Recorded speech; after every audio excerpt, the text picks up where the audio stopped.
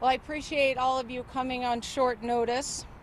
Moments ago, Salt Lake City Attorney's Office, at my direction, filed a lawsuit with the 3rd District Court of Utah, challenging the constitutionality of legislation which created the Inland Port Authority, usurping the city's taxing and land use authority over 1/3 of our property.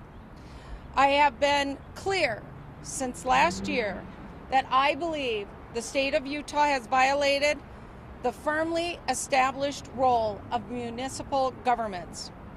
Rather than work to correct this error, the state is doubling down on the worst parts of this legislation, seizing even more tax dollars and taking steps to close the courtroom door to me and other mayors who may be impacted by this gross state overreach.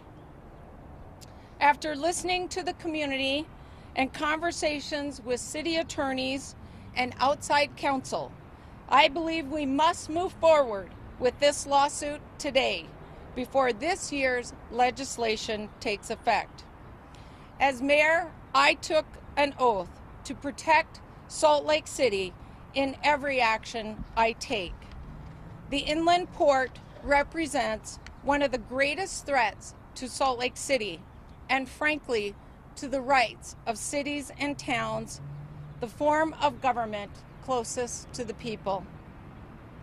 While I do not take this action lightly, I take it with full confidence that I am doing what is right for the residents of Salt Lake City.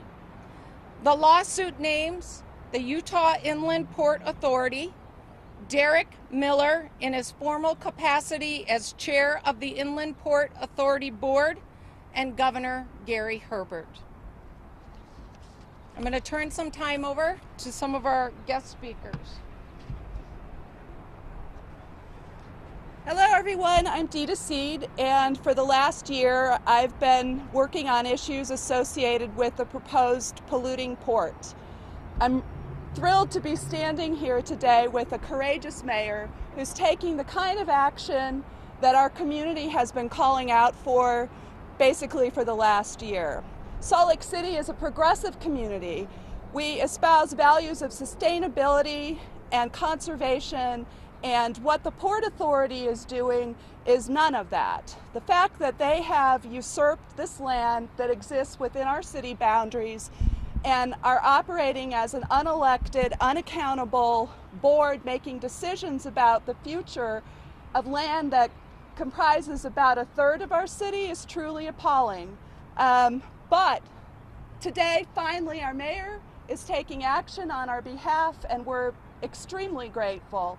And we hope that this results in a return of our rights as a city to determine the kinds of uses that we want within our city that comport with our values as a community. Thanks. Well, this is the most news I've seen out here since I was mayor of half a century ago. Good to see you all. Well, let's talk serious here a bit about how do you run organizations? Do you have someone that is deeply invested and understands the organization? Or do you have someone else matched up with them that may not have the same qualities, might have the same qualities? Good organizational theory does not permit two bosses.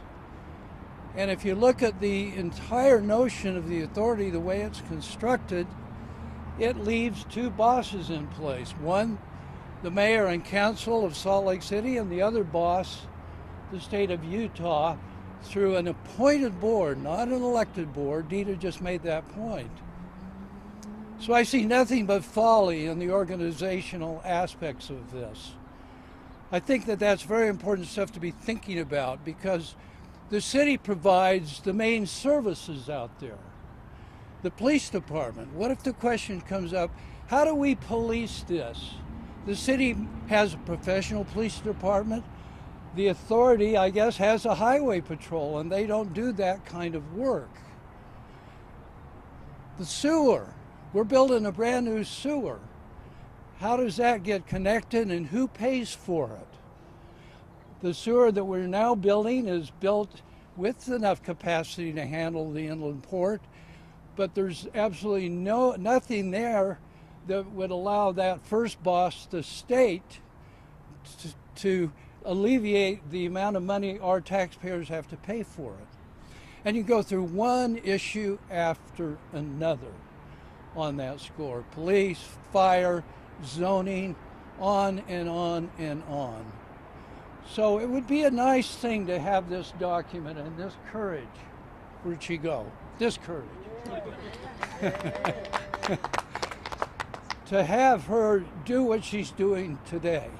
That takes guts, because you know you're really facing most of the legislature, you're facing the state of Utah, but courts are made to handle people's greatest fears, and this is a great fear. So I congratulate my mayor.